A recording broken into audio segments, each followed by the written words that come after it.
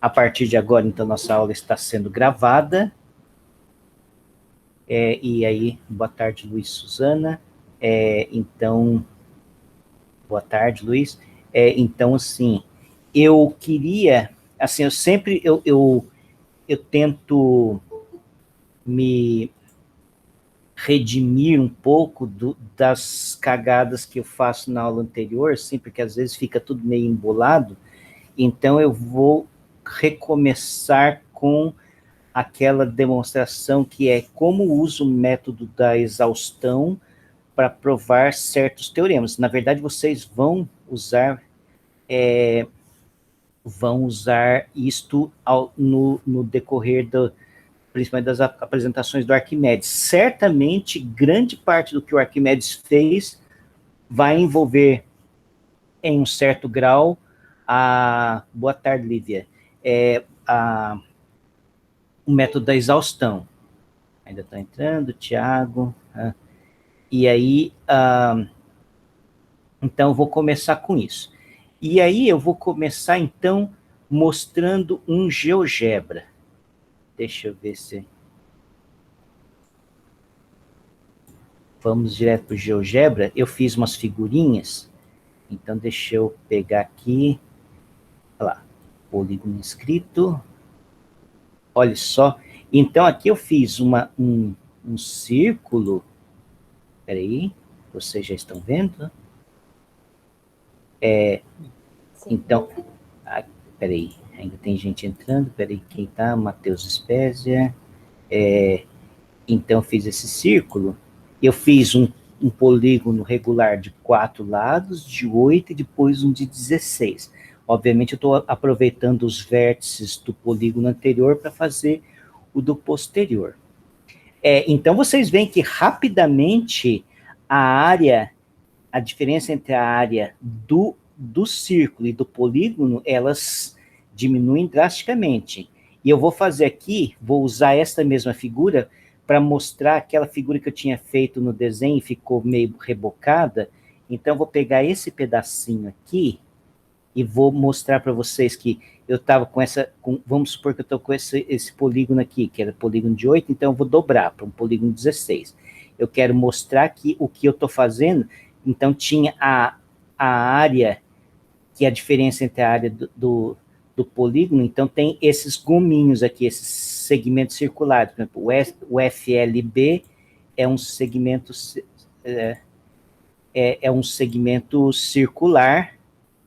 Então, quando eu ponho esses novos lados aqui, o FL e o LB, então estou dobrando o número de lados, eu vou tirar desta área desse segmento circular mais do que a metade. Então, vamos fazer aqui, só para a gente ver que acontece isso. Ó. Vou pegar aqui, pegar uma reta paralela a esta aqui, passando por esse ponto. Aqui, eu agora vou pegar uma perpendicular a esta reta, passando aqui, e vou pegar uma perpendicular a esta mesma reta, passando aqui. Pronto, então eu fechei esse retângulozinho. Deixa eu talvez fazer aqui, desenhar ele explicitamente. Então vou desenhar assim, pegar aqui até aqui, depois pegar aqui até aqui, e depois pegar aqui até aqui, e aí eu vou ocultar essas retas que eu construí aqui, para não ficar carregado aqui muito o meu desenho. Tá, então tem esse retângulozinho. Veja que o triângulo FLB tem a metade da área do retângulo FTUB. Então, se eu tirar o triângulo, eu estou tirando metade do retângulo. Mas o segmento circular FLB está inscrito no retângulo FTUB. Então, a área do segmento circular FLB é menor do que a área do retângulo. Então, se eu tirei metade da área do retângulo, eu tirei mais do que a metade da área do segmento circular. Então, com isso, cada vez que eu dobro o número de lados dos polígonos regulares, que que eu estou construindo, inscritos num círculo, eu estou retirando mais do que a metade do restante entre a área do círculo e a área dos polígonos regulares. Deixa eu primeiro salvar isso aqui, e aí eu vou fechar essa. Ah, peraí. Não, eu fechei demais. Eu tenho que mostrar outra figura agora do... Ai, eu fiz uma besteira. Eu fechei. Peraí, então tem que compartilhar de novo, GeoGebra. Então agora eu vou abrir polígono circunscrito. E também com polígonos circunscritos vale a mesma coisa, olha só. Então aqui eu também peguei um polígono circunscrito de 4 lados, depois com ele eu construí um de 8 e depois um de 16. Veja que a diferença da área entre o polígono de 16 lados e o círculo é insignificante, ó. Tem que aumentar muito para ver que sobra uns negocinhos aqui no meio. Então, agora eu vou mostrar, vou usar então essa figura aqui mesmo para mostrar que quando eu dobro o número de lados, então eu tinha polígono circunscrito, então aqui, ó, esse lado aqui, na verdade o lado continua, né, o lado do polígono é o TS, mas aí tem um ponto de tangência aqui no B, então eu só estou pegando até o ponto de tangência, certo? Então ele é metade do lado. Então deixa eu fazer aqui alguns segmentos, algumas coisas, só para a gente ver. Segmento A, D, e aqui eu vou fazer também o segmento D1, B. Tá. Então agora eu vou aumentar esse negócio aqui bastantão para ver. Então o que eu quero mostrar é que eu estou tirando, quando eu dobrei o número de lados, eu tirei basicamente esse triângulo aqui. E ainda tem gente entrando. Então, eu tirei esse triângulo W1TV1 aqui, para a próxima etapa. Então, quando eu fiz isso, então pensa assim, eu tinha esse pedaço aqui, que vai do LTB, deixa eu diminuir só, o LTB, quer dizer, esses duas retas aqui, delimitado pelo arco da circunferência aqui. Então, é essa região que eu estou falando. Então, tinha esse segmento, essa região. Aí eu vou tirar o triângulo W1TV1. Então, quando eu tirar isso aqui, eu estou tirando mais do que a metade do que tinha. Então, vamos agora analisar bem de perto esse triângulo. Ó, D1T, ele é perpendicular a D1V1. Aqui. Só me digam, todo mundo está acompanhando o desenho? Todo mundo consegue ver claramente a figura? Sim, perfeito. Sim. Tá, então vamos lá. Agora, veja só. Então, se ele é um triângulo retângulo, o tamanho D1V1, ele é um cateto, que ele é menor que V1T. Porque V1T é a hipotenusa desse triângulo D1V1T. Então, D1V1 é menor que V1T.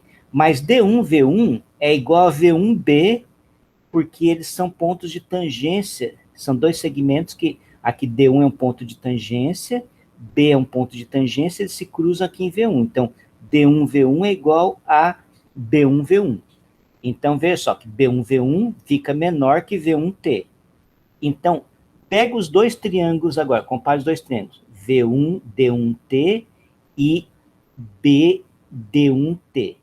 Eles têm a mesma altura que o vértice D1 em relação à reta TB, então é essa altura, mas a base do triângulo TV1 é maior que a base do triângulo V1B. Então, portanto, a área do triângulo D1V1T é maior do que a área do triângulo D1BV1, que é esse triângulo aqui. Então, já a área desse triângulo é maior que esse, então já já deu de boa. Mas mais do que isso, na verdade, o que a gente está tirando não é o triângulo que a gente está comparando, a gente está comparando com essa região que pega o arco D1B e essas dois segmentos, D1V1 e V1B, que está dentro do triângulo. Então, o triângulo D1V1T é maior que o triângulo D1BV1, que é maior que aquele arco que a gente está tirando, que a gente está considerando. Então, certamente, a área desse triângulo é maior que esse. Então, quando eu tirei isso aqui, eu tirei mais do que a metade da região D1PT, que era a região fora do círculo e compreendida nos limites do polígono circunscrito. Então, quando eu dobrei de lados, eu tirei mais do que a metade do que sobrava entre as áreas dos triângulos dos polígonos circunscritos e do círculo. Ficou claro essa ideia, tanto para o polígono inscrito como para o circunscrito? Ficou sim. Ficou, professor. Então, agora vamos para a demonstração do... então deixa eu só colocar aqui a demonstração do que eu estou falando. Então, por que é importante essa coisa de tirar mais do que a metade? Para satisfazer as hipóteses lá do teorema que é o método da exaustão. Quer dizer, se de uma grandeza você tira mais do que a metade, e do restante você tira mais do que a metade, e você continua fazendo isso, tem uma hora que ele fica menor do que qualquer valor previamente estabelecido. Então, qualquer número real positivo vai ter um momento nesse processo que a diferença entre ou a área do círculo e os polígonos inscritos, ou então a diferença entre os polígonos circunscritos e a área do círculo fica menor do que esse valor. Ok? Esta é a ideia. Então, vamos lá. Vamos apresentar agora a nossa luzinha. Então, aqui. Então, o teorema que eu quero demonstrar é que a razão entre as áreas dos círculos é igual à razão entre os quadrados dos seus raios. Isso aqui. Então, pode acontecer três coisas. E isso também é que esse tipo de raciocínio é um raciocínio muito comum. Então, é um raciocínio comum na esfera geométrica. Na esfera, talvez, no contexto geométrico. Não vou falar esfera, porque no contexto geométrico. Você quer mostrar que duas coisas são iguais? Veja só que os gregos, eles não tinham muito não é que não tinham noção, eles tinham noção do que era medida, do que era medir um segmento, mas para eles era mais natural comparar segmentos. Então, comparar significa dizer se eles são iguais, se um é maior que o outro, se o outro é maior que um, do que medir, dizer assim, esse segmento tem 20 centímetros, porque a hora que você introduz 20 centímetros, você tem que introduzir uma medida, uma unidade de medida que é arbitrária, que está fora da sua geometria. Você está introduzindo algo que é alienígena ao contexto da sua geometria. Então, isto era, assim, digamos assim, poxa, então você tem uma teoria, mas você está precisando de algo externo dela para você comparar. A gente hoje meio que unificou essas duas coisas. Quando a gente olha para uma reta, a gente pensa em números, a gente pensa na reta real. Então, qualquer reta que a gente põe, a gente consegue automaticamente pensar em comprimentos e segmentos e números relativos a isso. Para um grego, isso não tem. Não tinha essa. Mesmo essa notação que eu estou usando aqui já é uma notação, assim, já anacrônica. Não é, assim, não é tão isso que do jeito que está escrito aqui, que um grego pensava. Mas, de qualquer forma, se a gente for fazer com todo o preciosismo de tentar recobrar toda a notação e a filosofia de como que eles faziam as contas, a gente ia perder mais tempo e não ia aprender as ideias principais envolvidas. Então, vamos lá. Então, se você quer provar que duas coisas são iguais, você tem que provar que não é maior e que não é menor. Então, como é que você prova que não é maior nem menor? Você prova por contradição. Então, suponha que seja maior, que essa razão entre as áreas seja maior que R2 sobre R1 ao quadrado sobre R1 ao quadrado. Então, você tem que essa diferença aqui, a área do círculo de raio Rão, menos esse número aqui, é maior que zero. Já estou pensando tudo em termos de números. Oi, pode falar. O professor tá exibindo a telinha do professor? Ah, não está exibindo. Não está compartilhando. Ah, agora que vocês falaram isso. Mas ele estava compartilhando o tempo. Parou agora, é. É porque sabe o que é? É que tem o ocultar, porque fica uma faixinha azul embaixo que às vezes come a última linha do que você escreveu. Eu acho que ao invés de apertar ocultar, apertei interromper compartilhamento. É por isso. Agora vocês estão vendo aqui a telinha. Estamos. Sim, tá. Então, de novo, suponha que é maior. Então, esse número aqui, essa diferença, é um número maior que zero. Então, agora que entra o método. Porque, assim, você tem a área de um círculo menos um número, isso aqui é maior que zero. Então, quer dizer, você tem um negócio que é menor do que a área do círculo. Então, vai existir um polígono regular que vai estar mais perto da área do círculo do que esse número. Então, significa dizer que vai existir um polígono regular inscrito dentro desse círculo de raio Rão, cuja diferença entre a área do círculo menos a área desse polígono inscrito é menor do que esse número que a gente já sabe que é positivo. Então, é esse o parâmetro de controle. Você está usando uma sequência de polígonos inscritos, e aí você tem um epsilon maior que zero, então isso aqui é dado epsilon maior que zero, existe um n, tal que essa é a diferença aqui, que esse aqui que é a minha sequência numérica, que é a diferença entre a área do círculo menos a área do polígono inscrito. Vai ter uma hora que fica menor do que esse valor, porque os polígonos inscritos, conforme eu vou dobrando o número de lados, ele satisfazem o método da exaustão.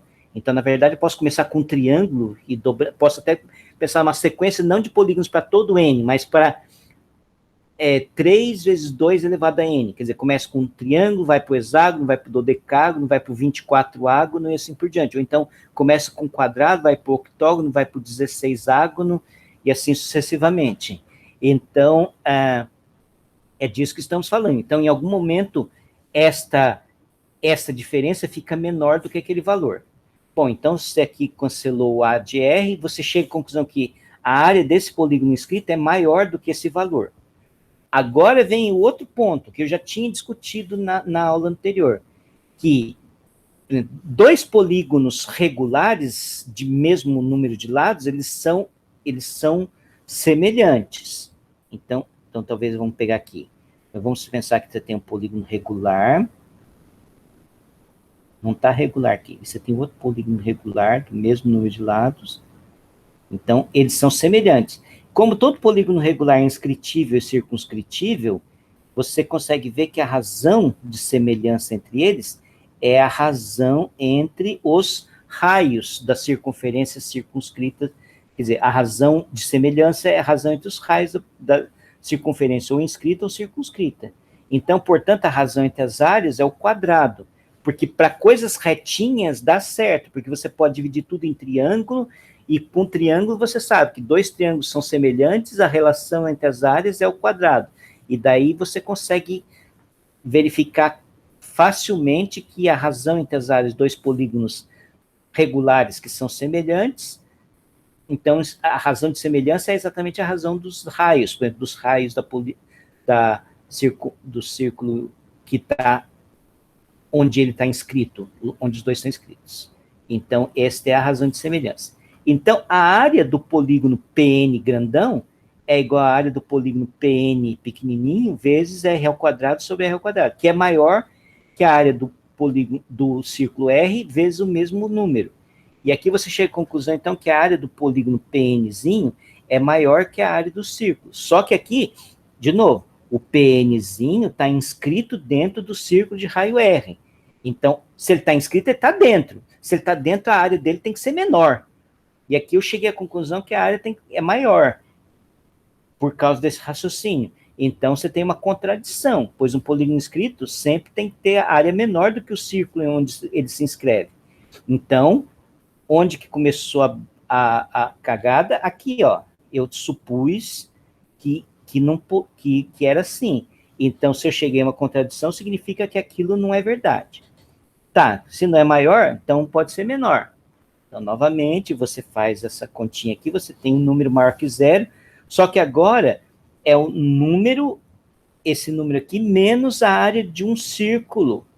Então, quer dizer, esse número é maior que a área de um círculo. Então, vou pegar polígonos circunscritos. Circunscrito. Um polígono regular circunscrito ao círculo de raio R, tal que a diferença entre a área desse polígono circunscrito menos a área do círculo seja menor do que esse número positivo aqui. De novo, é a mesma história, porque os polígonos circunscritos também, conforme eu vou dobrando o número de lados, satisfaz as hipóteses do método da exaustão. Então, tem uma hora que eu consigo fazer esse número aqui ficar tão pequeno quanto eu quiser. Então, ultrapassa esse valor aqui, que ele fica menor que esse valor. Então, a área desse polígono circunscrito aqui vai ser menor do que R ao quadrado sobre R ao quadrado, vezes a área do círculo de raio R. E, de novo, os polígonos regulares são semelhantes. Então, pega um polígono com o mesmo número de lados circunscrito ao círculo de raio R. Então, você tem, de novo, que a área do círculo do polígono circunscrito ao círculo de raio R, pela área do mesmo polígono semelhante, circunscrito ao raio R, é a razão dos quadrados dos raios. Então, de novo, a área desse Qzão é igual a essa razão aqui, vezes a área do Qzinho, que é menor que esse valor, porque é o que a gente tinha achado aqui, que a área do Qzão era menor do que esse valor. Então, o que vai acontecer? A área desse Qzinho aqui é menor do que R, mas, de novo, o Qzinho aqui que eu estou pegando, ele é circunscrito ao círculo de raio R. Então, a área dele tem que ser maior, mas eu cheguei à conclusão que é menor, então, de novo, eu tenho uma contradição. E essa contradição veio da suposição errada que eu fiz de que era menor que. Então, se não é maior e se não é menor, só pode ser igual. Então, esse é o primeiro ponto que eu quero... Eu precisava fazer isso porque eu, na aula passada, foi meio atabalhoado novamente, então precisava dar esse esclarecimento. Eu acho que era importante, assim, porque é um raciocínio muito importante em toda a geometria grega, essa coisa, todas as coisas que eu falei. O método de exaustão, que é tipo um parâmetro de controle para você pegar o negócio que você quer. Você não chega lá, mas você pode ir aproximando o quanto você quiser. É o que a gente faz hoje. Quando você faz cálculo numérico, você faz isso. Você acha uma sequência numérica, você quer um resultado, você quer resolver uma equação, então você vai aproximando. Aí você estipula um erro aceitável, e a hora que o seu método ficou menor do que aquele erro estipulado, você para de fazer conta, e você aceita aquele como sendo a sua resposta. É isso que você faz quando você faz cálculo numérico. Então, assim, você veja que isso é uma coisa muito moderna, no sentido, o espírito é moderno dessa coisa do método da exaustão. E, por outro lado, e a outra coisa que é importante, que a gente usou aqui, e que vocês vão usar nos seminários de vocês, se vocês querem provar que duas coisas são iguais, tem que provar que não é nem maior nem menor. Isto vai ser assim, via de regra. Quase sempre a coisa vai deslanchar para um negócio desse. Não pode ser nem maior nem menor. Ok? Então, esse é o primeiro ponto. Então, não sei se vocês já viram, vocês já chegaram a assistir aquele vídeo que eu postei, eu acho que foi na sexta mesmo, do Euclides, dos elementos de Euclides. Eu postei um novo vídeo sobre os elementos de Euclides. É importante que vocês assistam. Uma coisa que eu percebi tarde demais, eu vou tentar corrigir esse erro daqui para frente. As minhas gravações, aquele quadradinho que eu fico falando lá, muitas vezes come um pedaço das palavras das minhas transparências. Então, agora eu pus no Moodle, para cada vídeo que eu fiz, eu pus PowerPoints, na verdade pus o PDF das transparências dos slides que aparece lá, porque algumas acontece de você ver o quadradinho que estou falando, aí tem uma frase que fica bem embaixo da minha, então assim, aí esse do Euclides acontece muito, infelizmente, então por isso que eu pus os slides, então você nem precisa ver o vídeo, basta ver os slides, que assim, já está valendo, mas lá o que eu discuto? Eu discuto o livro dos elementos do Euclides e a sua importância, eu meio que faço um tour pelo livro do Euclides. Mas antes de começar, eu acho que assim, para a gente ter uma noção do que é o Euclides e como que ele foi importante, eu vou ler 2 trechos aqui, um de Baruch Spinoza. Então, peraí, deixa eu só pegar aqui o Baruch Spinoza, eu já vou dizer que ano que ele nasceu. Não tem aqui. Bom, mas então, o Baruch Spinoza escreveu um livro chamado, o nome do livro é Ética Demonstrada à Maneira dos Geômetras. Então, aí ele começa, então ele tem algumas definições, teoremas, então ele começa com algumas definições, por exemplo, por causa de si entendo aquilo cuja essência envolve a existência, ou por outras palavras, aquilo cuja natureza não pode ser concebida senão como existente. Aí ele vai discorrendo algumas definições, na verdade ele põe, ele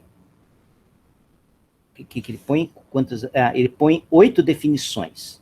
Aí a última definição dele é de eternidade. Por eternidade entendo a própria existência enquanto concebida como sequência necessária de mera exola definição da coisa eterna. Quer dizer, as definições, como sempre, a gente vai discutir isso no Euclides também, não definem muita coisa. Aí depois ele tem axiomas, ele tem um conjunto de 7 axiomas, eu vou ler alguns. Tudo que existe, existe em si ou noutra coisa. O que não pode ser concebido por outra coisa, deve ser concebido por si. De uma dada causa determinada, segue-se necessariamente um efeito. Se não existe qualquer causa determinada, é impossível seguir-se um efeito. E aí ele vai falando, assim, tem a essência do que pode ser concebido como inexistente não envolve existência. E aí ele começa com algumas proposições. A substância é, por natureza anterior às suas afecções, 2 substâncias que têm atributos diversos, nada têm em comum entre si. E aí ele vai demonstrando mesmo. Então, tem algumas demonstrações. Quer ver? Tinha uma que era muito legal aqui, que ele provava que Deus não podia ter um pensamento, como é que é?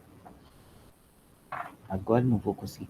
O entendimento, com vontade, não, entendimento seja o ato finito, infinito, deve compreender atributos de Deus e sua afecção. A vontade não pode ser chamada de causa livre, mas somente causa existente. Mas, não vou achar agora, mas ele demonstra, por exemplo, que Deus não poderia ter dentro dos axiomas dele, pelo menos ele acha que demonstrou, que Deus não poderia ter um raciocínio lógico, porque para você ter um raciocínio, você tem que ter uma ideia e chegar na outra. Como Deus já era tudo ao mesmo tempo, então essa noção de que você tem um raciocínio, que vai modificando, então você tem uma ideia, que você tem um processo, mas Deus não pode ser submetido a nenhum processo, porque ele já é o tempo inteiro, então não tem nada que viria a ser, então ele não poderia ter um raciocínio lógico. Então, assim, só para notar a questão de como a linguagem e os paradigmas de rigor, ou até de escrever, influenciaram não só dentro da geometria, mas fora. Vou ler também aqui um pedaço dos princípios matemáticos da filosofia natural de Newton. Então, ele dá umas definições também. A quantidade de matéria é a medida da mesma, obtida conjuntamente a partir de sua densidade e volume. A gente sempre vai se bater que as definições que os caras definiam, a gente não definem muita coisa, porque sempre as definições se baseiam em outros conceitos que não estão definidos. Então, sempre vão ter conceitos não definidos. A quantidade de movimento é a medida do mesmo, obtida conjuntamente a partir da velocidade e a quantidade de matéria. Então, ele dá algumas definições, na verdade, ele dá 8 definições, aí ele vem com os axiomas, que são as leis de movimento. Todo corpo continua em seu estado de repouso ou de movimento uniforme, em uma linha reta, a menos que ele seja forçado a mudar daquele estado por forças imprimidas por ele. Isso vocês já aprenderam na física lá do colégio. A mudança de movimento é proporcional à força motora imprimida e é produzida na direção da linha reta a qual ela é a força imprimida. E toda ação sempre oposta uma reação igual. Ou as ações mútuas de dois corpos, um sobre o outro, são sempre iguais e dirigidas por partes opostas. Então, aí ele começa, aí tem proposições, aí ele vai discorrendo. Então, basicamente, a estrutura do livro Principia Matemática, do Newton, ou Ética, do Baruch Spinoza, são fortemente influenciadas pela estrutura de um livro, que é o que a gente vai começar a discutir agora, que é o livro Os Elementos de Euclides. Então, deixa eu ver se eu compartilho aqui, de novo. Então, vamos lá. Então, vou começar a falar sobre os elementos.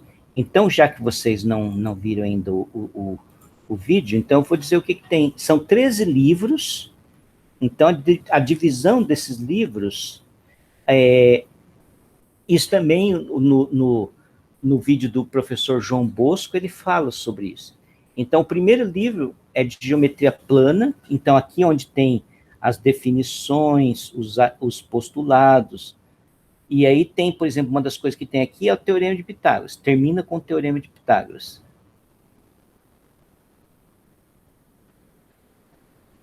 Então, basicamente, todo o livro 1 gira para terminar nesse resultado.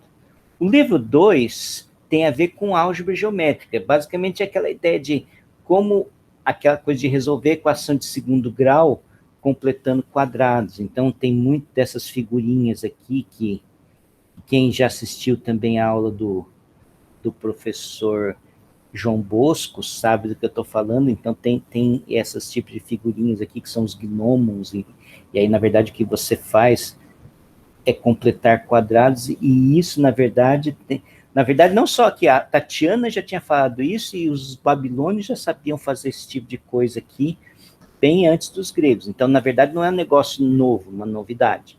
Então, apenas o Euclides, deixa eu desligar aqui, que agora o ar-condicionado ficou tão quente que está até calor aqui.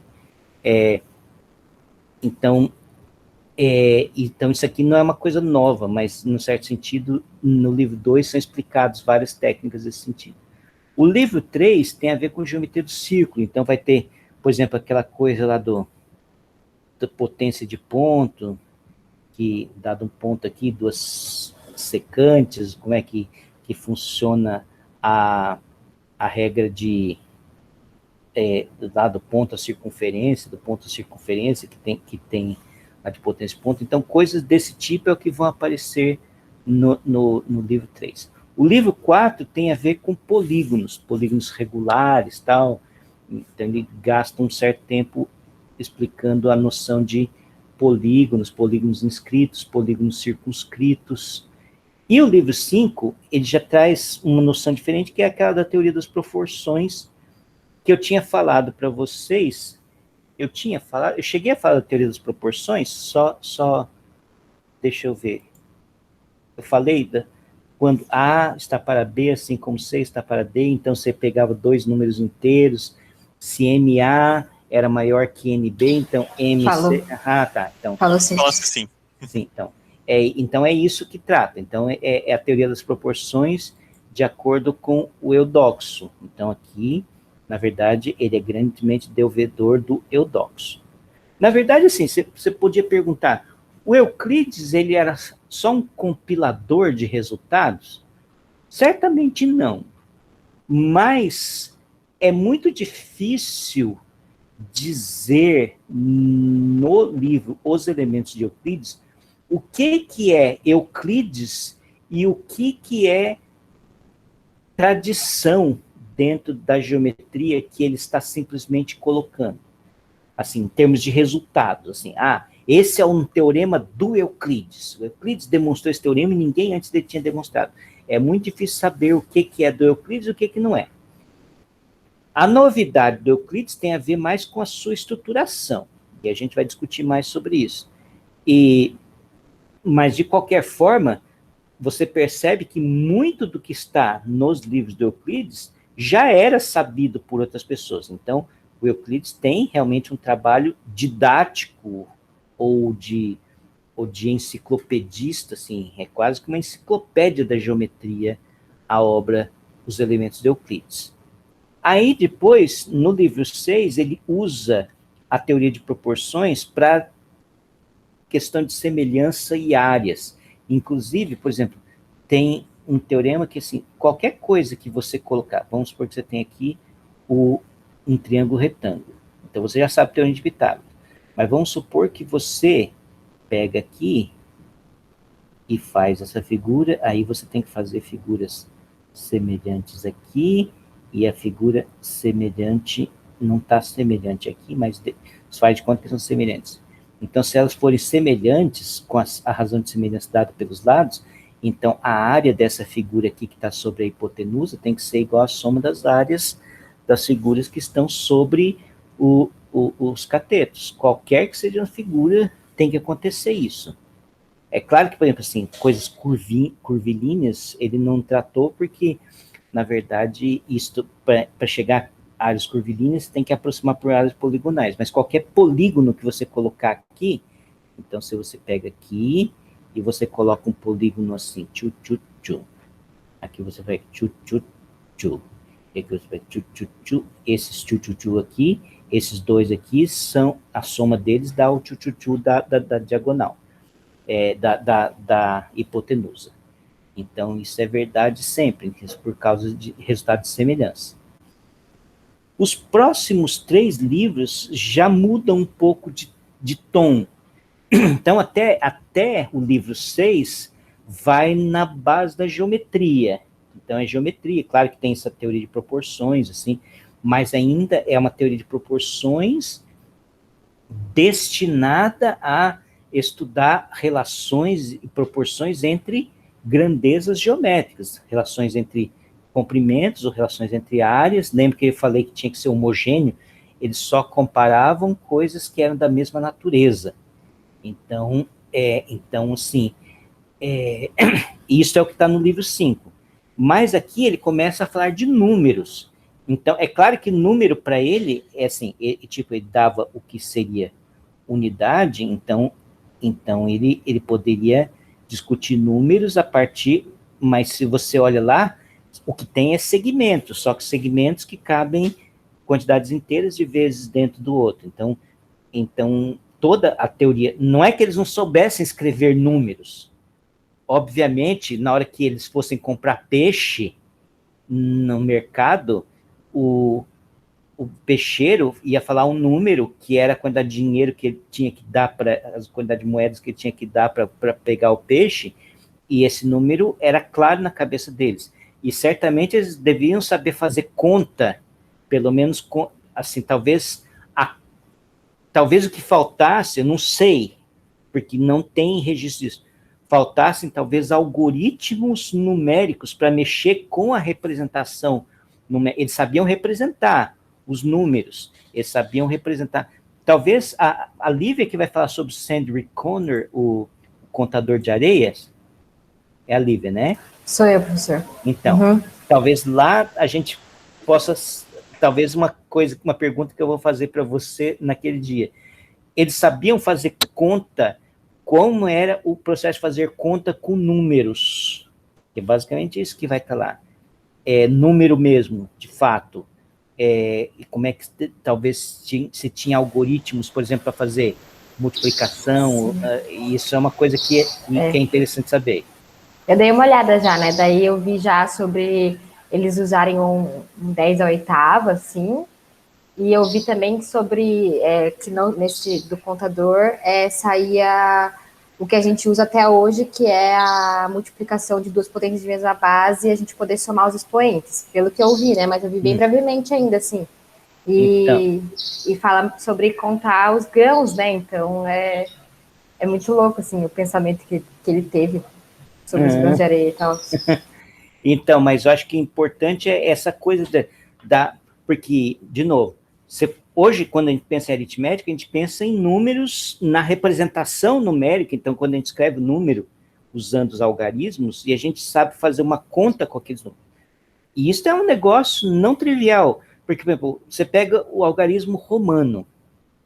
O algarismo romano era um negócio que se usou por muito tempo, e quase toda a Idade Média se usava algarismos romanos, e você não tem algoritmos bem-sucedidos para fazer nem soma, porque é uma notação que não é nem posicional. Então, assim, você sabe representar o número, mas aqueles números representados daquela maneira não são habilitados para fazer conta. Então, você não tem algoritmos que possibilitem você fazer a continha mais besta que você ensina para uma criança de 7 anos.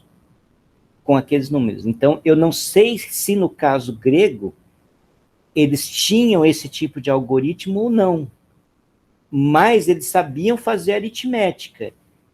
É claro que assim, quando você não tem esses algoritmos, a coisa, a prática do dia a dia da conta acaba caindo no ábaco.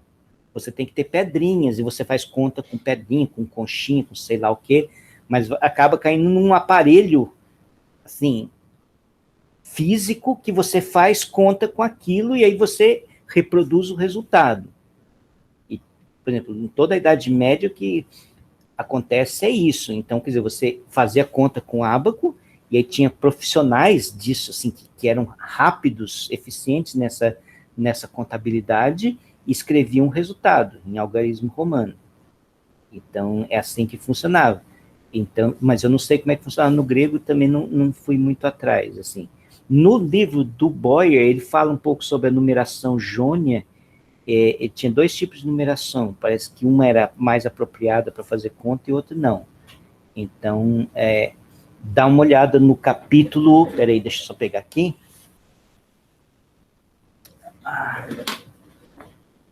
No Boyer, bom, aqui está, no capítulo sobre as jônias pitagóricos, que é o capítulo 4, quando fala do Tales, do Pitágoras, logo aí tem uma seção sobre a numeração jônica. Eu tenho uma versão antiga, não sei se corresponde exatamente ao que está na versão PDF que está aí disponível para vocês. E aí, então, tinha numeração jônica e tinha numeração ática. Eram 2 tipos de numeração, e que usavam as letras gregas, as próprias letras do alfabeto grego, para representarem os números, e aí ele fala alguma coisa sobre a representação numérica, mas não fala muito sobre se aquilo era, como é que fazia-se conta com aquilo, se fazia-se conta com aquilo. Então, isso talvez a Lívia possa nos dar dicas de como é que é feito. Mas, de qualquer forma... Oi, pode falar, Lívia. Não, obrigada, professor. Eu vou tentar trazer isso, sim, no meu trabalho. Tá. Então, de qualquer forma, então eles sabiam falar de divisibilidade. Então, no livro 7 é onde vai aparecer a divisão euclidiana, aquela coisa, dados 2 números, A e B diferente de 0, existem Q e R e tal, que A igual a BQ mais R, e R é menor que B. Maior ou igual a 0, menor que B. Porque 0 não existia para eles, num certo sentido. Então, já é diferente, porque a própria noção de 0, eu falei uma frase aqui que é impossível o Euclides ter falado, essa coisa, R é maior ou igual a 0. 0 não fazia parte dessa, então ele provavelmente dividia em caso quando era divisível, quando A igual a BQ, então significa que B era um divisor de A, ou quando não, e aí quando sobrava resto. Então, provavelmente ele deve dividir em casos. Eu não fiquei também atrás, porque assim, é aquela coisa, a gente já tem uma maneira de pensar. Tem esse aspecto lúdico de, como é que o pessoal fazia conta naquela época? Beleza, assim, tem aquela curiosidade, assim, pô, que legal, você vê um vídeo do YouTube, oh, nossa, que massa, tal. Outra coisa é você se dedicar horas do seu dia, e assim, para fazer uma conta que, na verdade, é uma coisa awkward, uma coisa assim, que só traz dificuldade, só mostra uma outra maneira das pessoas pensarem que, na verdade, não vai trazer nenhum tipo de esclarecimento grande para o que a gente conhece hoje. Então, num certo sentido, a história da matemática tem esse aspecto que eu vou chamar de lúdico, né? Que, puxa, que legal, ó, como é que eles pensavam, que diferente, né? Mas, por outro lado, tem aquela coisa, ó, ainda bem que a gente tem a notação que a gente tem hoje, que a gente tem a nossa regra, o nosso formalismo do jeito que a gente tem hoje. Que seria um inferno em vida pensar, por exemplo, se a gente fosse transportado, por exemplo, vamos supor que eu tivesse uma máquina do tempo e fosse parar em Alexandria na época do Euclides. Talvez eu fosse um aluno medíocre do Euclides, porque se eu fosse estudar com Euclides, talvez o Euclides ia bater na minha mão, assim, tipo, oh, que cara mais troncho. Quer dizer, mesmo eu sabendo muita matemática, mas, por exemplo, para os padrões dele, provavelmente eu ia ser um estúpido. Eu ia ter que reaprender a aprender de uma outra forma, ter que pensar de outras formas, quer dizer, simplesmente para estar de acordo com os padrões daquela época. Mas continuando, então, aí tem o livro 8, que ele fala de proporções contínuas, que é basicamente progressões geométricas, e depois tem uma miscelânea no livro 9 de resultados aritméticos, inclusive o resultado talvez mais importante, que é da infinitude de números primos, né? Aquela coisa, se a quantidade de números primos é maior, excede a qualquer quantidade previamente estabelecida. Ele não fala que existem infinitos números primos, ele fala isso. Então, como é que é a demonstração? Que é a demonstração que o Hardy coloca como sendo uma das demonstrações mais bonitas. Então, supõe que existam n primos. Aí você pega o número pega o produto desses n primos e soma 1. Então, esse número aqui não é divisível por nenhum dos primos anteriores. Então, ou ele mesmo é primo, ou é divisível por um primo que não está nessa lista. Então, essa basicamente é a demonstração, a simplicidade, a genialidade é impressionante. E assim, esse teorema é chamado Teorema de Euclides, mas não se sabe se o Euclides simplesmente compilou de alguém que já tinha feito isso, ou se realmente é um teorema do Euclides. Mas é um dos teoremas mais belos de toda a matemática, assim. É um teorema simples, fácil de enunciar, fácil de entender a ideia, e que é fácil também de explicar para uma pessoa que não sabe nada de matemática, mas você pode chegar e falar assim, olha, quer ver uma coisa legal? Assim, você pode aproximar com um resultado desse aqui, porque é um resultado que realmente ele envolve uma força de raciocínio impressionante e uma simplicidade também que é muito incomum. Você precisa de muito pouco para você tirar um resultado realmente profundo. Bom, aí depois tem o livro 10, que é o livro mais difícil, e é um livro grande, tem 100 e poucas proposições, é um livro comprido, sobre os incomensuráveis, sobre a teoria de incomensuráveis. É lá, o lema 1, a proposição 1 é exatamente aquilo que eu falei na aula que a gente já usou aqui, que é o método da exaustão. E aí depois tem os últimos 3 livros, que são de geometria espacial. Então, primeiro ele fala mais de paralelepípedos, fala mais da geometria de posição, assim, aquela geometria espacial mais crua. Aí o segundo ele fala de prismas, pirâmides, cilindros, cones, esferas. Então ele é uma miscelânea. E o último, que talvez seja o livro mais bonito no sentido dos temas tratados ali sejam os mais interessantes, assim, e os mais, num certo sentido, sofisticados matematicamente, e ao mesmo tempo, assim, de uma beleza estética mesmo, porque ele fala dos poliedros regulares e fala da razão áurea. Duas coisas que que é onde você tem quase aquele pezinho da matemática na arte. As duas coisas, elas são visualmente bonitas.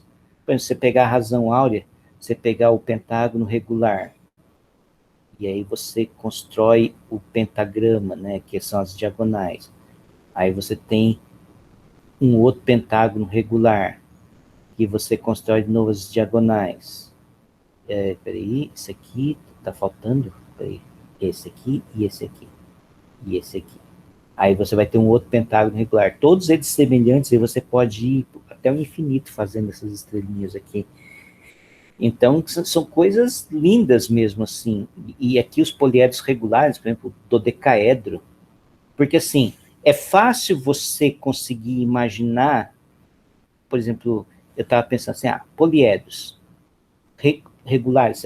Regular significa feitos com polígonos regulares, todos do mesmo tipo. Então, você rapidamente chega à conclusão que para você fazer um poliedro regular, você só pode ter esses 3 tipos de polígonos. Por quê?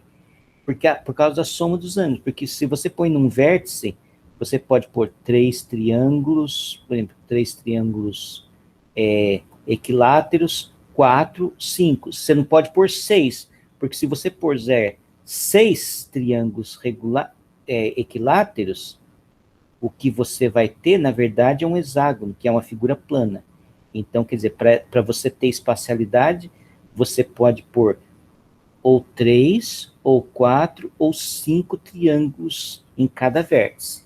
Quadrado também, você pode pôr só 3 quadrados, porque se você puser 4 quadrados um do lado do outro, você também tem uma figura plana. E o pentágono, você só pode pôr 3 pentágonos num único vértice, porque o ângulo aqui, esse ângulo, quanto que é 108 graus? Se você põe 3, dá menos que 360 graus. Se você põe 4, já dá mais que 360 graus. Então, nem uma figura plana você consegue fazer. Ele fica uma coisa hiperbólica, né? Um lado sai para cima, o outro vai para baixo. Se você tentar encaixar 6 pentágonos no mesmo vértice. Então, quer dizer, encaixar mais que 3 pentágonos no mesmo vértice. Então, com isso meio que você consegue,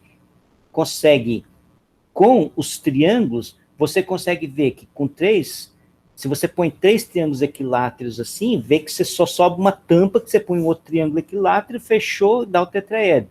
Com 4 triângulos em cada vértice, você vê que você forma 2 pirâmides e que tem uma base quadrada, que você encostar, aí você vê que as coisas mais ou menos funcionam. Com 5, já é um esforço mental muito grande você perceber que dá para formar o icosaedro, que você põe 5 triângulos equiláteros em cada vértice. O cubo é mais ou menos fácil, você põe 3 quadrados assim, forma uma parede, e aí você meio que percebe que o que vai dar é um cubo. Agora, por exemplo, pentágono, você mostrar que você fazer um polígono com pentágonos que dá o dodecaedro também é algo visualmente difícil de imaginar. Então, quer dizer, o fato deles terem obtido esses poliedros naquela época já é fantástico, assim, já é assim extraordinário a capacidade inventiva e geométrica que você tem, principalmente para construir o dodecaedro e o icosaedro, são os dois mais assim não triviais, assim, que são mind-blowing mesmo.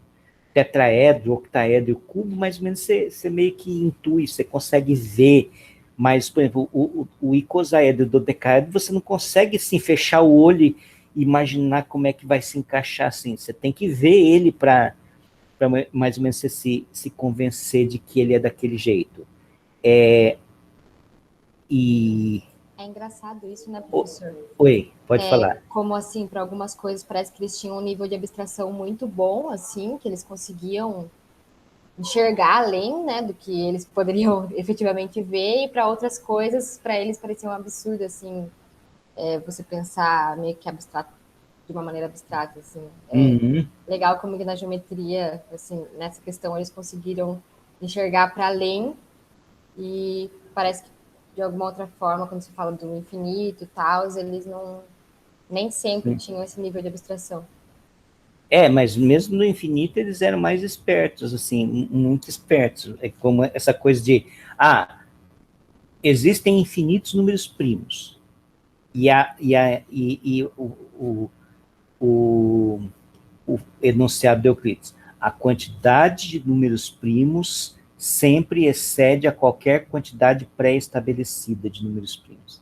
Quer dizer, qualquer quantidade que você pegar, sempre vai ter mais um, pelo menos. Vai ter mais do que você imaginava que tinha.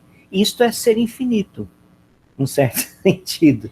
E isso é a definição do que é ser infinito, sem você ter que ir até o infinito.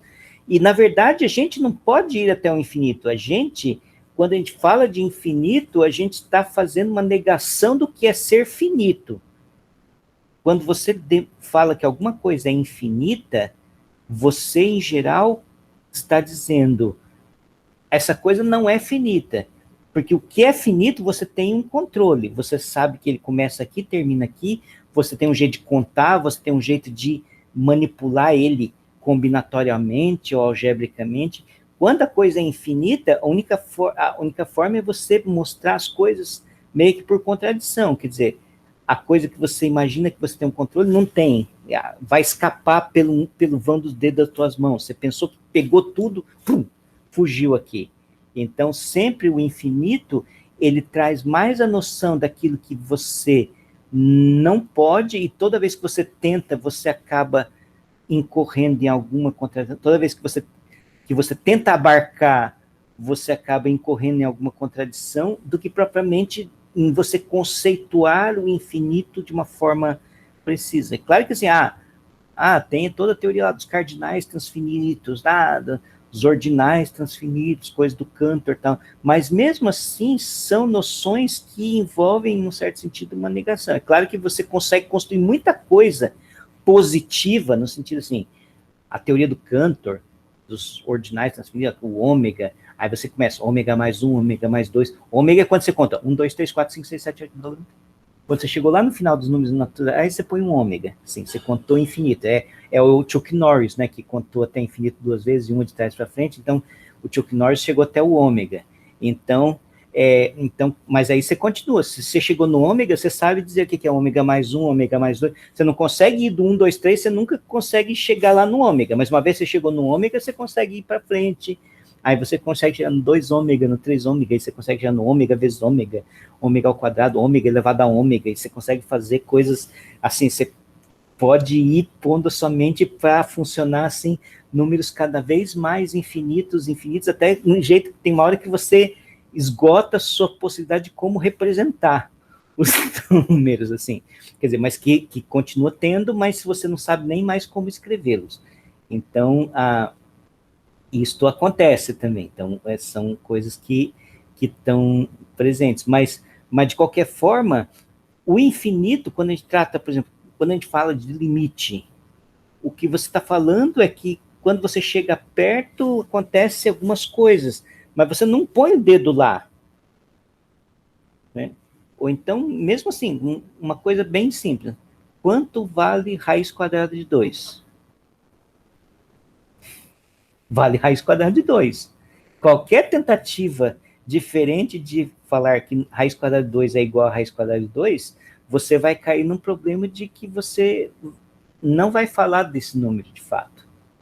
Então, quer dizer, o infinito é uma coisa que está vedada a nós, seres mortais, talvez porque nós somos finitos, então está vedada a nós falarmos sobre o infinito de uma forma plena. A gente sempre consegue falar sobre o infinito por falta, por aquilo que nos falta a entendermos sobre ele. A gente fala sobre o infinito a partir das nossas coisinhas finitas. Por isso que eu gosto da indução, porque a indução, ele é o tipo de coisa assim, que você precisa falar assim, vale para o primeiro, e sempre que eu conseguir chegar eu consegui chegar no próximo, então eu sei que vale para sempre. Mas eu fiz 3 passos e pronto. Eu sei que vale até a eternidade, vou contando aqui lá. Então, isso é um milagre. Quer dizer, com uma quantidade finita de passos, eu consegui, em certo sentido, pôr a mão no infinito. Então, Mas, de qualquer forma, de novo, o infinito é um negócio sério para nós. Mas, uma outra coisa só que eu queria dizer a respeito do poliedro, é que, assim, hoje, como é que a gente faz a demonstração de que existem só 5 poliedros regulares? É uma demonstração combinatória, e essa demonstração combinatória envolve um negócio moderno, que eles não tinham acesso, que é a fórmula de Euler. Então, a nossa demonstração de que existem só 5 poliedros regulares é um exercício de contagem. Então, enquanto a demonstração no Euclides de que existem só 5 poliedros regulares é uma demonstração geométrica, sobretudo. E isso é fascinante. Eu não consigo entender. No dia que eu estava fazendo o vídeo sobre o livro do Euclides, eu tentei dar uma lida para ver se eu entendi a demonstração de como é que é a última proposição do último livro do Euclides, que existem só 5 poliedros regulares. Assim, não dá. Eu não consegui entender, pelo menos, assim, todo o detalhe, como é que ele fez essa demonstração, porque eu já tenho na cabeça essa demonstração aqui que é puramente combinatória. Então, coisa que eles não têm. Bom, então vamos para um próximo passo. Eu queria agora voltar, então a gente vai falar basicamente sobre o livro 1, porque o livro 1, no certo sentido, é onde começa a história. Então ele põe algumas definições, ele põe a definição do que é ponto, linha reta, superfície plana, ângulo, círculo. Tem 24 definições, é bastante. Então, assim, por um lado, é aquela coisa que a gente viu no Baruch Spinoza, a gente viu no Newton, a gente sempre, o matemático, ele tenta definir coisas que são indefiníveis, coisas que são o que a gente chama de termos primitivos. Alguns não, alguns você sabe dizer o que é um triângulo, o que é um quadrilátero, o que são retas paralelas. A partir de um certo momento, você consegue realmente definir as coisas a partir das anteriores, mas tem certos termos primitivos, que é onde você bate naquela coisa, que quando você tenta definir uma coisa dessa, como por exemplo aqui, a própria noção de ponto, de reta ou de plano, esses são os 3 principais, assim, aqui. Mas, por exemplo, ângulo, a definição que ele dá de ângulo é ridícula. Ângulo é a inclinação relativa entre 2 retas. E o que é inclinação? Ponto, ele fala assim, ponto é aquilo que não tem partes. Tá, e o que significa ter partes? Como é que eu posso conceber uma coisa que tem partes, assim, para dizer que outra coisa não tem partes? A própria noção de linha. Linha é comprimento sem espessura. O que é comprimento, o que é espessura? Então, você vai ver que ele tenta trocar 6 por meia dúzia. Na verdade, por exemplo, a definição de linha, a definição de superfície, ele tenta mais ou menos intuitivamente apresentar uma noção geométrica de dimensão. Não sei quem que, quando fez geometria quantitativa, vocês leram o livro, que é o livro meu, do Pinho e da Neri, de geometria quantitativa, geometria 1, quando vocês fizeram quantitativa? Que é o livro do EAD, aquele livro, o livro que é usado. Então, o primeiro capítulo fui eu que escrevi, começa o livro.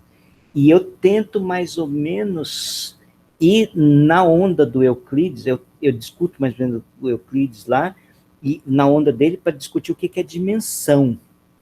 Então, por exemplo, o que é dimensão de uma coisa? Então, eu falo muito da formiguinha, a formiguinha em cima de uma linha, que a formiguinha só pode ir para frente e para trás. Então, quem fez geometria comigo sabe que eu falo dessas coisas logo nas primeiras aulas.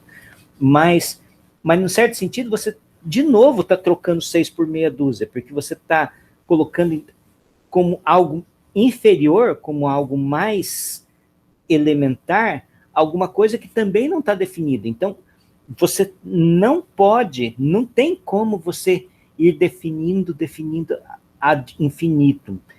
que é aquela coisa da criança de 2 anos de idade, que começa a perguntar para o pai por quê, todas as coisas. Ah, por que isso? Aí você responde, ah, mas por quê? Aí o pai responde, aí tem uma hora que o pai enche o saco, ah, porque sim. Então tem uma hora que sempre acontece isso. Esse é o diálogo universal de pai e filho entre quando a criança está na idade de descobrir as coisas, porque que é exatamente essa coisa de você vai reduzindo,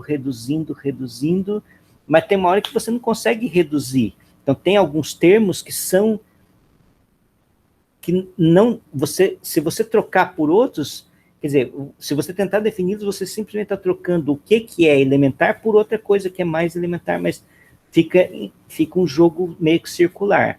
Então, essa é uma coisa que é a definição, as definições. Mas eu vou agora, eu sempre critico o Euclides, mas agora eu vou fazer um elogio ao Euclides. A própria definição dele do que é ponto, num certo sentido, é uma definição que ele tenta, definição de ponto, de linha, ele tenta colocar a coisa como algo que é abstrato. Por exemplo, eu vou fazer um ponto aqui, ó. Vocês viram o ponto que eu fiz? Ó, tá bem na flechinha aqui. Ó. Isso é um ponto? Bom, eu fiz bem pequenininho, assim. Tem outro ponto aqui no livro, que eu fiz tem quase um ponto aqui. Mas se você olhar, por exemplo, a resolução dessa tela aqui tem pixels. Quando você chegar, esse aqui deve ser feito por 1 ou mais pixels, então você vai ver que ele é um retângulozinho dentro dessa tela enorme aqui. Se você fizesse um ponto de lápis, eu sempre falo isso nas minhas aulas, você vai deixar ali uma quantidade de grafite. Se você fosse um ser microscópico, pensa que você é o vírus do Covid. Você vai poder andar por aquele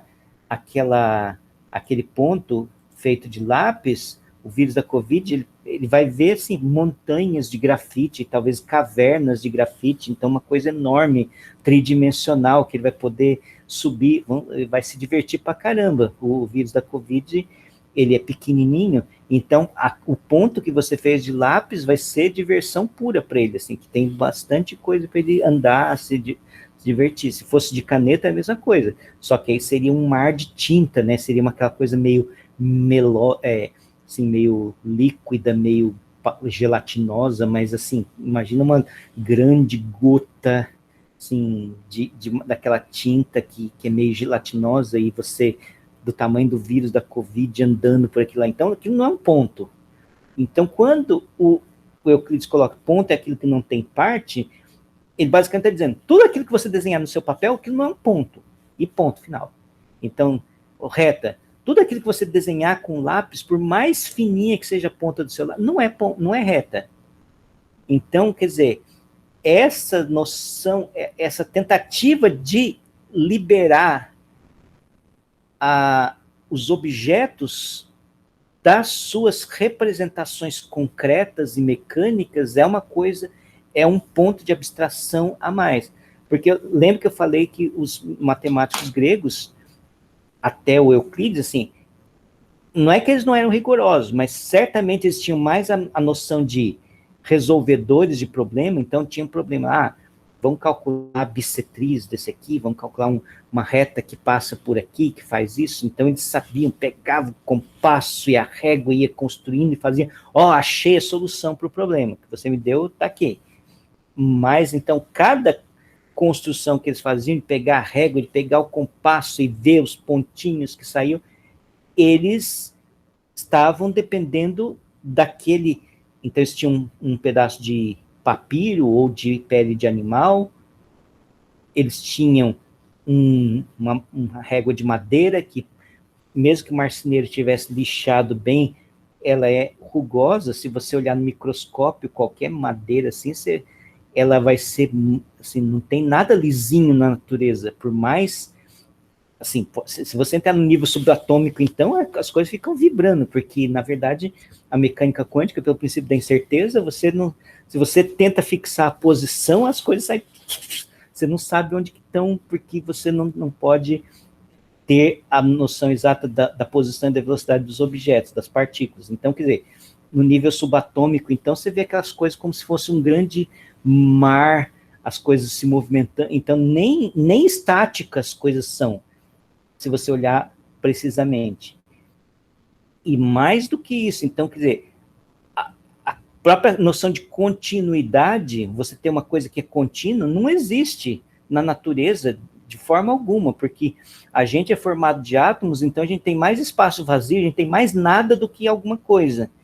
Então também não dá, assim, não vai existir uma reta, não vai existir nada contínuo, não vai existir número irracional na natureza, porque tem uma hora que acaba, tem uma hora que você não consegue aproximar mais do que aquele valor, porque a própria natureza te impede de você descer mais no nível microscópico, além de um certo ponto, por causa das leis da mecânica quântica. Então, quer dizer, quando o Euclides tenta colocar a coisa dessa maneira, ela está falando assim, está falando, todas as coisas geométricas que você está vendo, na verdade, elas existem para além de qualquer representação, para além do papel, para além do lápis, para além do compasso, para além da régua. Talvez o Euclides mesmo não estivesse pensando em tudo isso que a gente falou agora. Certamente ele não sabia da teoria atômica, ou de mecânica quântica, ou de coisa assim, mas ele certamente estava querendo dizer, a geometria, ela não depende da representação concreta. Quando você desenha um triângulo, o triângulo, ele existe aqui, na nossa imaginação. Ele não existe lá. Aquilo é só uma âncora para a gente conseguir trabalhar e visualizar e fazer alguns raciocínios sobre ele. Mas ele não é o triângulo de fato, ele não é a reta. Não. Então, essa é uma coisa muito significativa em termos abstratos da abstração. E lembrando, né, quando ele fala reta, por exemplo, a gente tem noção de que a reta é infinita. Para ele, reta sempre começa num ponto e termina no outro. Então, reta tem a ver com segmento de reta. Todas as coisas são finitas. Todos os retas, semi-retas, segmentos, tudo é finito dentro da geometria euclidiana. Aí ele fala sobre os postulados. Os postulados são afirmações, não são demonstradas, a gente sabe o que é um postulado, mas esses, porque tem os postulados, depois vão ter as noções gerais, que também são postulados. Ele, na verdade, diferenciava, esse aqui são os postulados e aqueles eram os axiomas. Hoje, para a gente, é tudo a mesma coisa.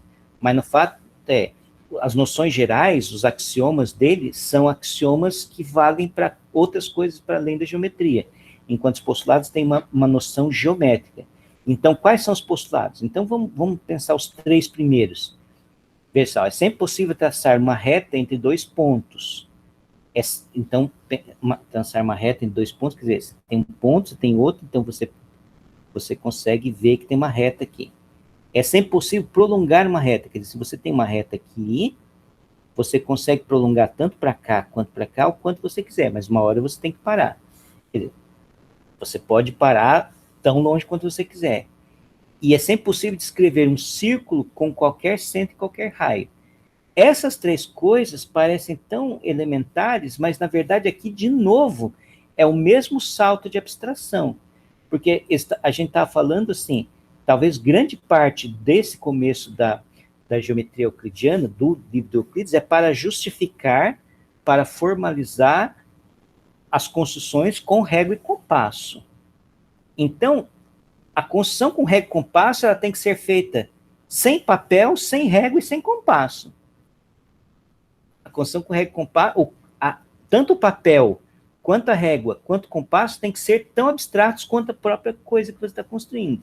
Então, quer dizer, a construção tem que depender do tamanho do papel que você tenha, do tamanho da régua que você tem. Então, é possível traçar uma reta em dois pontos? Se esse ponto estiver aqui e o outro estiver em Alfa Centauri, é possível você pegar e traçar uma reta daqui até Alfa Centauri.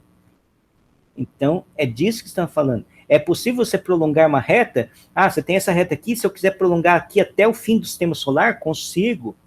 Beleza, não vou ter papel suficiente para desenhar essa reta inteira, mas dá para fazer. É possível traçar um círculo com qualquer centro e qualquer raio? Sim, se eu puser o compasso no centro da Via Láctea e fizer um círculo que engloba toda a Via Láctea, dá para fazer, não tem problema nenhum. Mesmo que eu não consiga chegar lá, mas é possível ter um círculo com qualquer centro e com qualquer raio. Então, no certo sentido, quando você põe esses 3 axiomas, você está dizendo assim, é possível fazer construções com régua e compasso, sem régua e sem compasso. Basicamente, isso, no certo sentido, é também um aspecto de modernidade em Euclides. É muito moderno isso.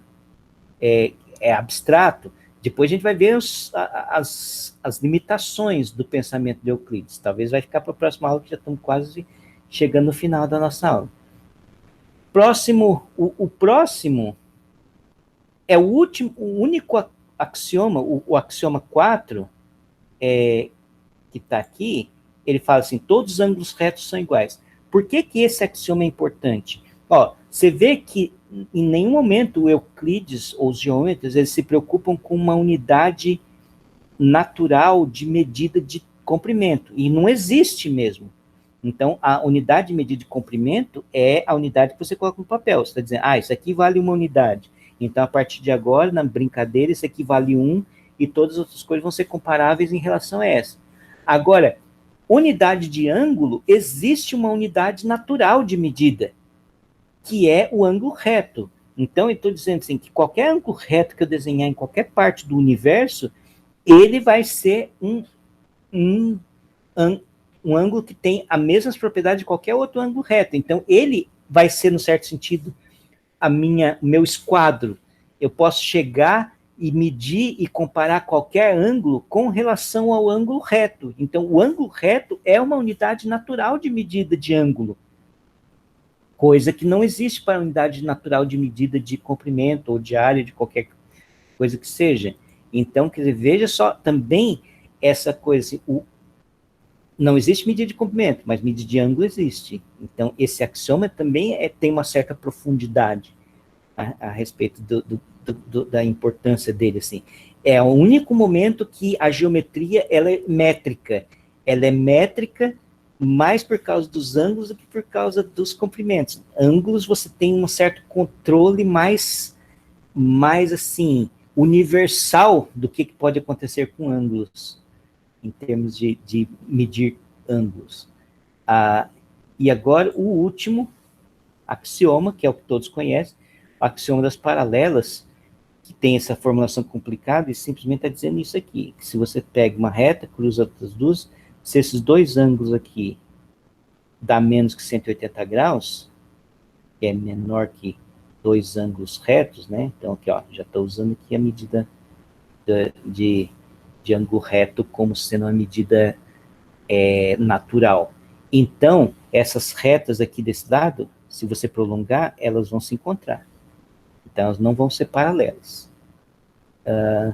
Então, quer dizer, esse é o axioma das paralelas.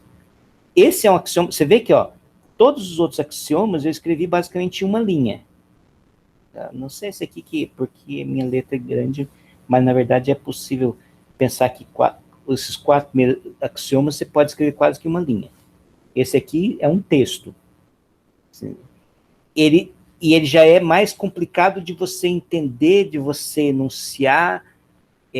Então, a impressão que se tinha, o próprio Euclides tinha essa impressão de que ele não era tão natural quanto os outros.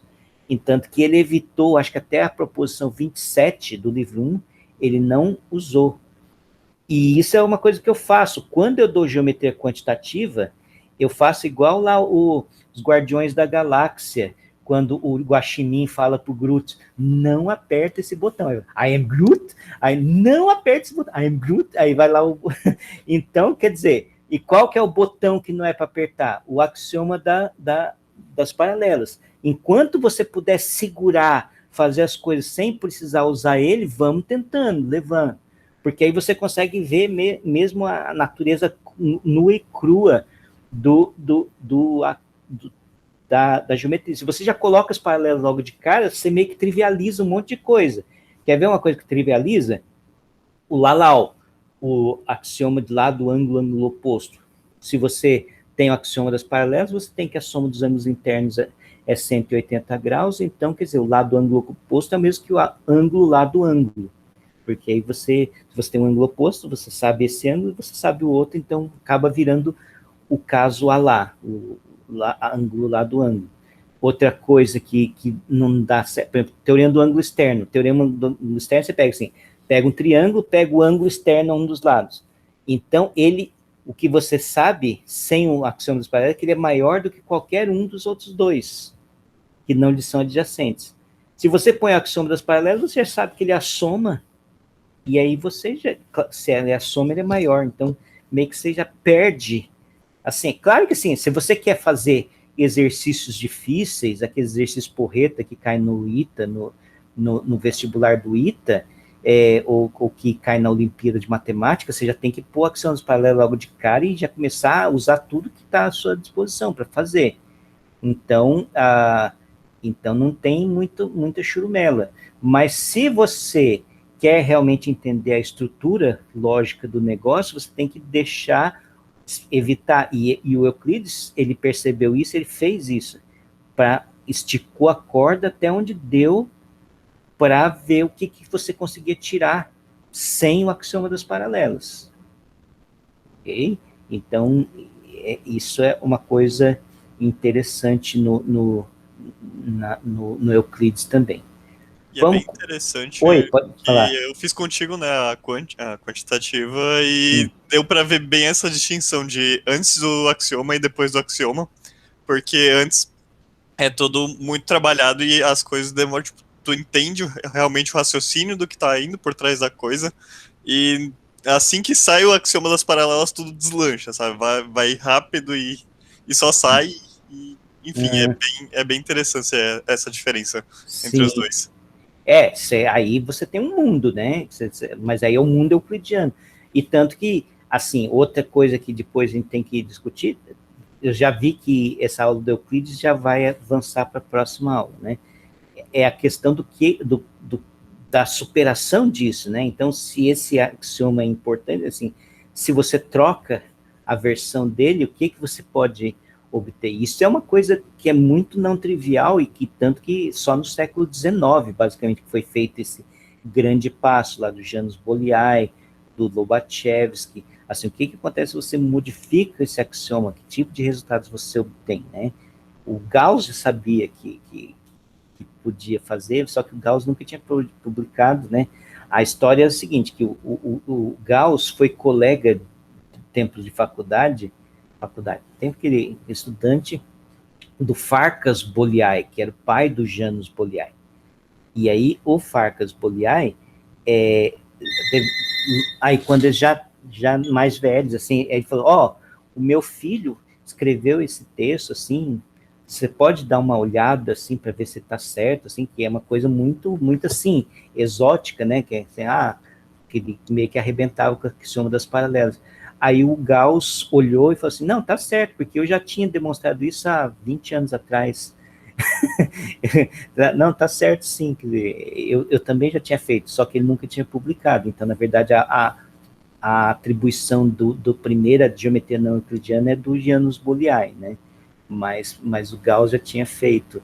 Então assim, quer dizer, esta outra dimensão do aspecto do Euclides a gente vai tentar ver na próxima aula, mas deixa eu tentar avançar um pouquinho mais, enquanto a gente tem tempo. O que eram, então, as noções comuns? Então, são coisas gerais, de cunho geral, para além da geometria. Então, por exemplo, duas coisas iguais a uma terceira são iguais entre si. Essa aqui é mais ou menos uma transitividade, né? Se a coisas iguais adicionarem coisas iguais, o resultado será igual. Se de iguais subtrairmos coisas iguais, então os restantes serão iguais também. E aí ele coloca uma assim que, se a iguais adicionarmos coisas desiguais, então os resultados serão desiguais. Os dobros de iguais são iguais, a metade de iguais são iguais. Então, são coisas mais ou menos quase que de proporção, de aritmética, assim, no sentido assim, que você está comparando coisas, então se você começa com... É basicamente álgebra, né? Aquela coisa quando a gente fala do Al-Jabr, Al-Muqabalah, lá do Al-Khwarizmi, a gente vai voltar nesse ponto, né? Que quando você tem uma igualdade, você soma coisas na igualdade, então você mantém a igualdade. Então, na verdade, isso aqui, eu considero esses tipos de axiomas como sendo quase que um fóssil de um pré-existente da álgebra aqui, já nessas coisas.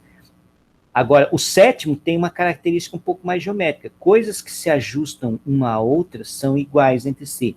E esse negócio de coisas que se ajustam uma à outra, então, a gente entende, eu acho que recentemente, como movimentos rígidos. Então, se você pega um negócio, você consegue levar essa figura nessa por meio de rotação, translação, alguma série de movimentos rígidos, e você consegue colocar uma em cima da outra, então é porque elas são iguais aqui no sentido que hoje a gente chama de congruente.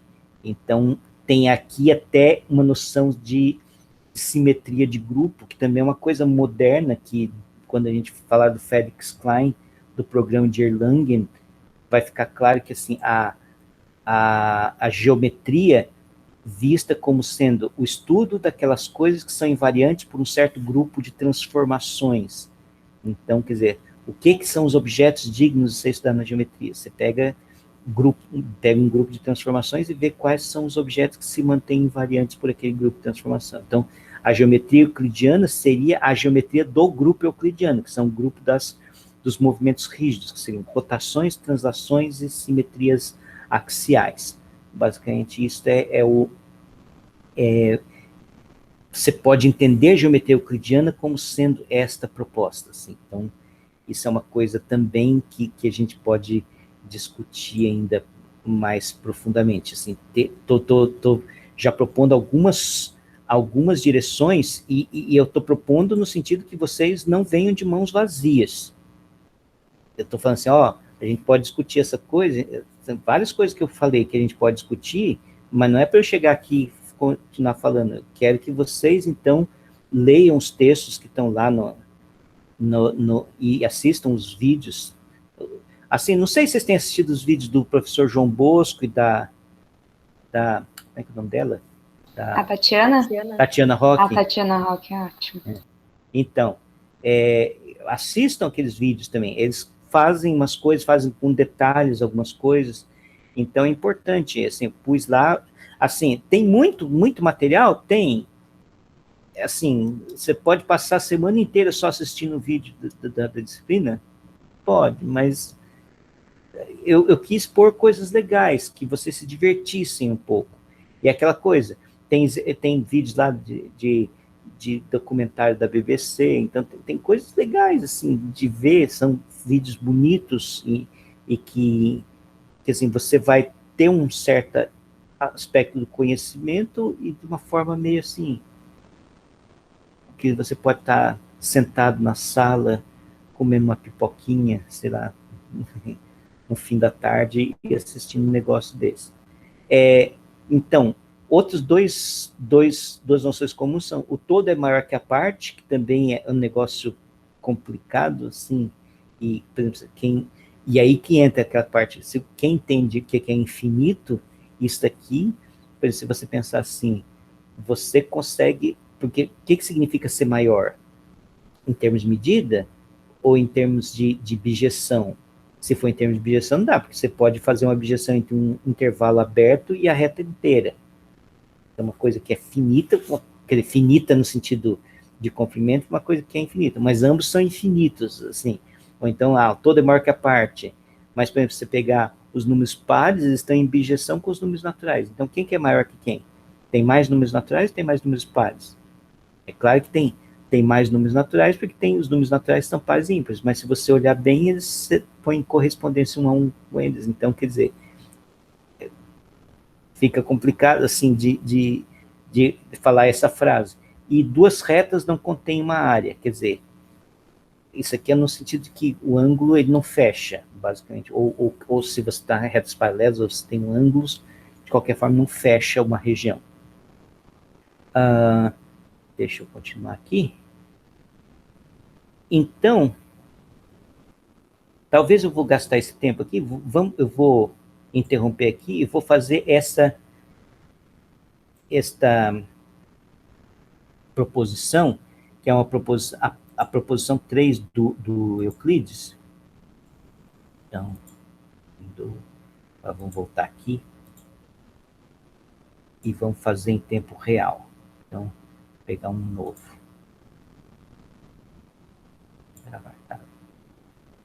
Pronto. Então, eu vou fazer a seguinte coisa. Eu vou até tirar aqui, tirar os eixos, tirar essa malha, ficar aqui bem lisinho. Então, vamos lá. Eu vou fazer só... Eu quero pegar um segmento. Pega um segmento. Pegar esse segmento aqui. Esse segmento. E quero transferir esse segmento para uma semi-reta. Só que reta para o Euclides sempre é segmento. Então, vou construir um segmentão grande, que aí eu sei que cabe aqui, tá? Então, eu quero basicamente transferir esse segmento, eu quero achar um ponto aqui, de tal forma que um CE, de tal forma que CE seja congruente a AB. Então, de novo, aquela história do compasso. Porque, assim, como é que a gente faz, assim? A gente você pega o compasso, põe no AB, leva e tum, e finca lá no ponto C, e aí está feito. Mas aí vem a pergunta, e de novo aquela coisa das limitações. Vamos supor que, se você fizesse isso, então, quando você tira o compasso do papel, você tirou o compasso da sua geometria. Então, aí ele começa a ser sujeito a fatores externos. Vamos supor que o cara tirou, aí deu uma diarreia no geômetra. Ele tinha medido lá o segmento, mas aí ele teve que sair correndo para ir no banheiro. Aí ou ele põe o compasso no bolso e sai correndo, aí vai lá, e aí o compasso está lá, chacoalhando. Ou então ele deixa o compasso lá na mesa, aí chega o colega dele assim, aí mexe no compasso aí e engana ele. Ele pensa que está medindo o compasso exatamente com aquele comprimento, mas na verdade alguém já mexeu tudo, já zoou com o compasso dele. Então, quer dizer, todos esses fatores que são externos à geometria podem acontecer. Então, quer dizer, você tem que realmente ter um processo que, independente do compasso, você realmente saiba que aquele segmento foi transferido para aquela semi-reta. Então, como é que faz? Então, vamos lá, deixa eu tentar fazer aqui rapidinho. Então, a primeira coisa que você tem que fazer é um triângulo equilátero. Então, você abre aqui do ponto B até o ponto C, e aí depois outro círculo do ponto C até o ponto B. Aí aqui você tem um ponto na intersecção dessas duas. Pronto, tem esse ponto aqui, basta o ponto de cima. Então, eu vou agora construir esses segmentos aqui. Esse segmento e esse segmento. Então, aqui eu sei que eu tenho esses três segmentos, o BE, o CE e o BC, sem iguais. Vou construir o BC também, já faço o triângulo equilátero aqui, aí eu já posso sumir com essa circunferência, que senão vai ficar muito rebocado. Então, o primeiro ponto foi esse. Então, eu vou sumir um pouco de coisa, senão vai ficar muito rebocado. Fiz aqui. Próximo passo. Também não preciso desse ponto mais. Tá. Próximo passo. Eu vou ter que prolongar isso aqui. Eu vou primeiro fazer a semi-reta, porque, por causa da construção aqui, na verdade, eu teria que tem que pegar isso aqui, uma semi-reta aqui, EB, e a semi-reta EC. Mas, para ser honesto, eu teria que fazer um segmento que fosse até um certo ponto, mas, assim, você sabe, né? A reta tem que ser finita, então, na verdade, isso aqui tem que parar em algum ponto. Então, eu estendi aqui os dois lados do triângulo equilátero. Agora, de novo, vamos pegar o compasso e vamos pegar aqui e com o raio em A. Quando eu fiz isso aqui, ela ultrapassou essa primeira semi-reta, então tem esse ponto H. Então, ponto H. Agora eu tenho o segmento EH, então deixa eu de novo. Eu vou ocultar aqui essa circunferência. Então, o BH é igual, tem o mesmo comprimento que o BA. Então, agora eu vou pegar não sei o que parece um ponto aqui. Do ponto E aqui. É que o senhor fez a interseção, né? Diferença com a reta, tá. Né? Aí pegou esses 2 pontos. Então, na verdade, eu teria que sumir com esse ponto aqui, para não ficar muito... Agora eu vou pegar de novo meu compasso e vou pegar aqui e estender até IH. Então, opa, minha bateria está acabando, deixa eu só ligar aqui. Pronto. Então, de novo, eu vou precisar aqui a intersecção desse aqui com essa semi-reta, tá? Então, eu consegui transferir agora o segmento EH para o segmento EI, que tem o mesmo comprimento, porque está na mesma circunferência. E agora vem o ponto. Se de iguais tiramos coisas iguais, então permanecem iguais. Ó. Então, o EH é igual ao EI, e o EB é igual ao EC. Então, com isto, se fizer a diferença, o BH vai ser igual ao CI. Então, CI tem o mesmo comprimento que BH, que tem o mesmo comprimento que AB. Então, agora, deixa só, eu vou ocultar esta reta aqui de novo, essa circunferência. E agora, o último passo é pegar o compasso aqui, até aqui, e com isto, fazer a intersecção desse aqui com esse aqui, pronto. CJ vai ser igual a CI, que já era igual a BH, que é igual a AB. Então, esse ponto J aqui, o segmento CJ, é o segmento AB transferido para essa semi-reta, para essa reta CD. Então, esse é basicamente a demonstração do Euclides com respeito a como é que se transfere segmentos. Então, só usando os axiomas. Então, para ver que não é essa coisa de tirar o compasso, levar o compasso para além. Então, só com as regras do jogo você conseguiu fazer isto. Então, esse é um teorema que em certo sentido, é profundo, assim, a ideia dele, e aí você agora tem a liberdade de construir segmentos onde quer que você quiser. Eu vou interromper aqui, que já está quase na hora da gente encerrar. Então, gostaria, assim, se alguém ainda tem algum comentário a fazer. Assim, poucas pessoas falaram, por exemplo, a maioria ficou caladinha aí. Beatriz, Renan, Marcelo, todo mundo está muito caladinho hoje. Então, não sei se alguém ainda tem alguma coisa a falar. Mas quem já falou também pode falar. A Lívia, a Samara, o Thiago, falaram mais. Depois de toda essa construção, a gente vê a importância da régua, né? Então, nossa, régua queridinha.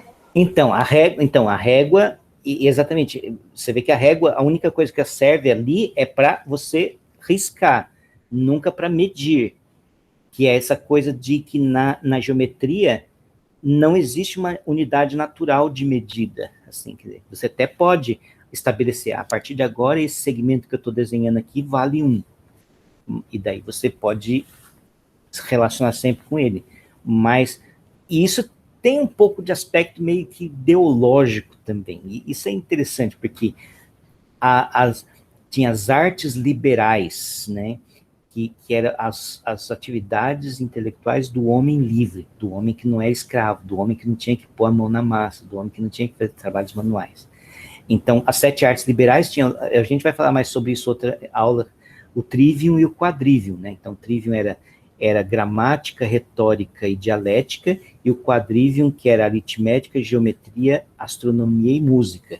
Então, essas são as 7 artes liberais para o homem livre. Então, todas as coisas que eram as artes mecânicas, as artes que envolviam medições, que envolviam esse approach mais concreto, mais mundano, mais terreno, de você fazer trocas, assim, para você fazer uma unidade de medida, quando você vai lá comprar o pano no alfaiate, aí ele mede para você, então você está fazendo uma operação que não era digna, num certo sentido, de figurar dentro do corpus de conhecimento dessas artes liberais. Então, você pôr unidades de medida no seu trabalho, era como se você, isso é coisa de escravo, isso é coisa de artesão, isso é coisa de gente que fica comerciante, então não é para mim. Então, tem esse aspecto ideológico. O Aristóteles é muito forte, essa coisa assim, da diferenciação entre as atividades que são puramente intelectuais das atividades que eram, assim, corriqueiras, manuais, assim, mecânicas. Então, existia um certo desprezo por aquilo, como se aquilo não fosse digno de ser nem tratado. Quer dizer, claro que eles classificavam, tinha as mecânica, óptica, essas coisas assim, que eram coisas assim do dia a dia, e tinha essas disciplinas que eram mais abstratas e que envolviam coisas que eram mais sublimes, entre aspas. Então, tem esse aspecto humano envolvido, e às vezes nem sempre é bonito esse aspecto humano. Esse aspecto humano muitas vezes mostra um aspecto meio que feioso da nossa natureza humana, dessa coisa dos seres humanos sempre quiseram ter marcas de distinção entre si para uns dizerem que são melhores do que os outros. Então isso era muito forte, muito claro dentro daquele contexto da civilização clássica greco-romana. Quer dizer, os romanos também adquiriram essa maneira de pensar. Quer dizer, a civilização romana também foi grandemente estabelecida em cima do trabalho escravo dos outros. Em geral, o trabalho escravo eram ou de povos conquistados em guerra, ou de pessoas que se endividavam, então tinham que se vender como escravos para pagar suas dívidas. Então, quer dizer, essas pessoas estavam lá, elas eram que geravam a riqueza e a economia, enquanto você conseguia ter uma classe que podia ficar o dia inteiro sentado de papo pro ar, pensando em coisas abstratas, em coisas profundas. Assim, por um lado, sim, se não fosse isso também, talvez a gente não tivesse esse legado de coisas que temos hoje, mas assim, não é para ser romantizado, como assim, que tempos belos aqueles de Atenas. Eu gosto muito da música do Chico Buarque, pensem nas mulheres de Atenas, né? Pensem no legado das mulheres de Atenas, quanto que elas sofriam, na verdade sofriam, né? As mulheres eram, sim, menos que nada, porque também era uma sociedade que era o homem que fazia parte da polis, a mulher ficava em casa, era reprodutora. Então, quer dizer, assim, tem esse aspecto belíssimo do que sobrou do legado intelectual, mas às custas, talvez, de uma coisa que não é tão bela, que envolve outros fatores envolvidos que a gente tem que, pelo menos, citar en passant. É claro que o nosso objetivo não é estudar isso, mas a gente tem que falar que, pelo menos, quer dizer, não podemos ignorar esse fato. Ok? Então, vou encerrar aqui a nossa... Já devia ter encerrado, porque, na verdade, a gente